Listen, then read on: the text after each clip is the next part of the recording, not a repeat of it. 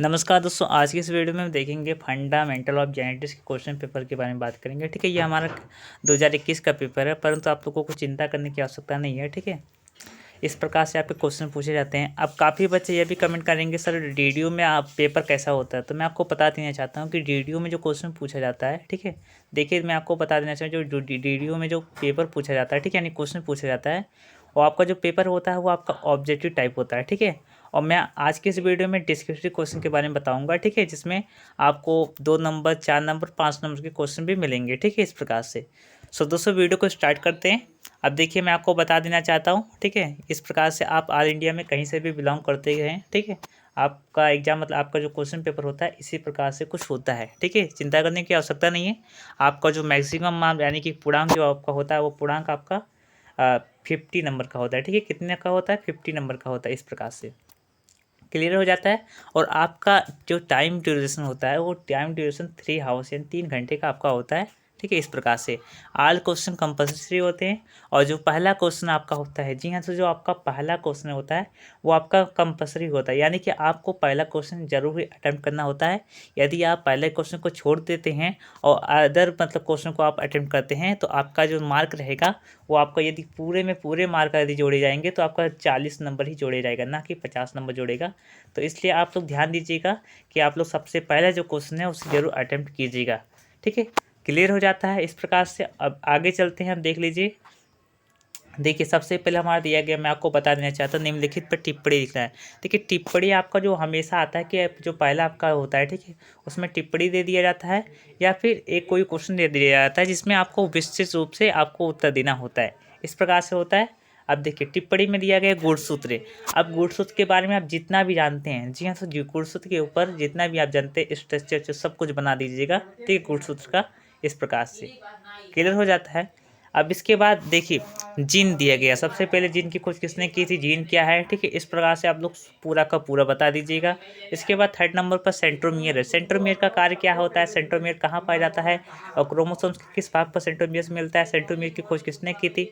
इस प्रकार से जितना कोई भी कुछ आप जानते हो, ठीक है, इसका लक्ष्य, इसका कार्य, आप सभी लोग उसके लिख लीजिएगा। इसके बाद डी नंबर पर आपका आता है संलग्नता यानी लिंकेज आपका आता है। ये आप लोग बहुत अच्छे से ही जानते हो कि मुझे पता है। ठीक है, इस प्रकार से तो आप लोग लिख लेंगे इस प्रकार से। अब जो ई नंबर पर आपका दिया गया है टीलोमियर, मैं आपको बता देना चाहता हूँ कि जो गुणसूत्र का जो चैप्टर है, जी हाँ, जो गुणसूत्र का आपका जो चैप्टर है वो बहुत ही मोस्ट इंपॉर्टेंट है। जी हाँ, सो मोस्ट इम्पॉर्टेंट है। ठीक है, तो आप लोग जो गुणसूत्र का चैप्टर है उसे ध्यान से पढ़िएगा।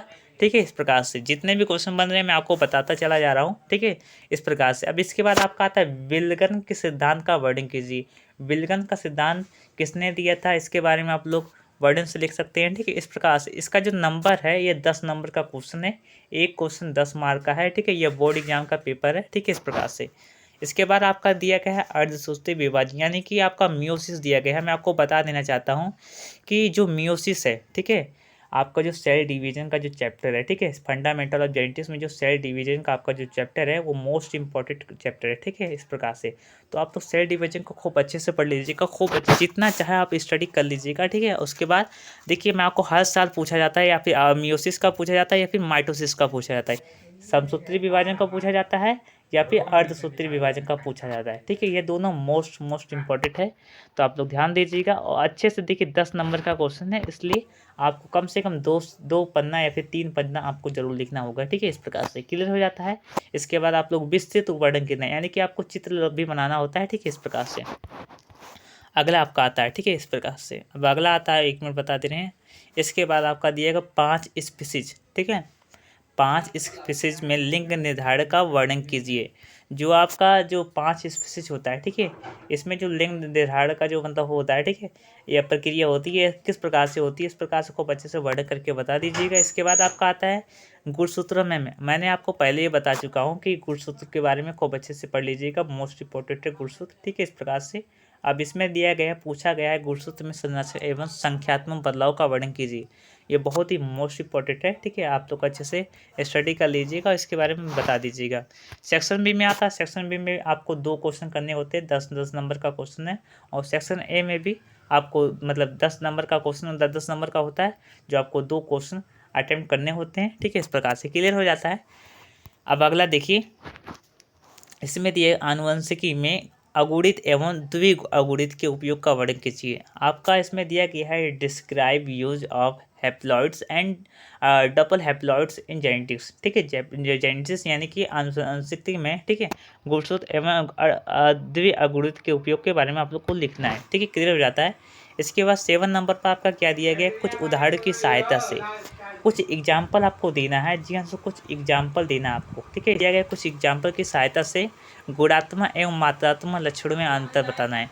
यह आपका किस में आता है, यह आपका आता है, मैं आपको बता देना चाहता हूँ, यह आपका आता है मेंडल के नियम में। जी हाँ, तो ये मेंडल के नियम में आपका आता है, मोस्ट इंपॉर्टेंट है, मेंडल के नियम में आता है। तो मेंडल का नियम बहुत ही वेरी वेरी इंपॉर्टेंट है। तो मेंडल के बारे में खूब अच्छे से जानकारी कर लेना है। ठीक है, और मेंडल के जो तीनों नियम है, ठीक है, आप लोग उससे अच्छे से पढ़ लीजिएगा। ठीक है, इस प्रकार से अगला आता है आपका 8वें नंबर पर आपका आता है सोदाहरण। इसे बोलते हैं साइटोप्लाज्मिक। ठीक है, साइटोप्लाज्मिक बोलते हैं इसे। ठीक है, सोदाहरण इस प्रकार से।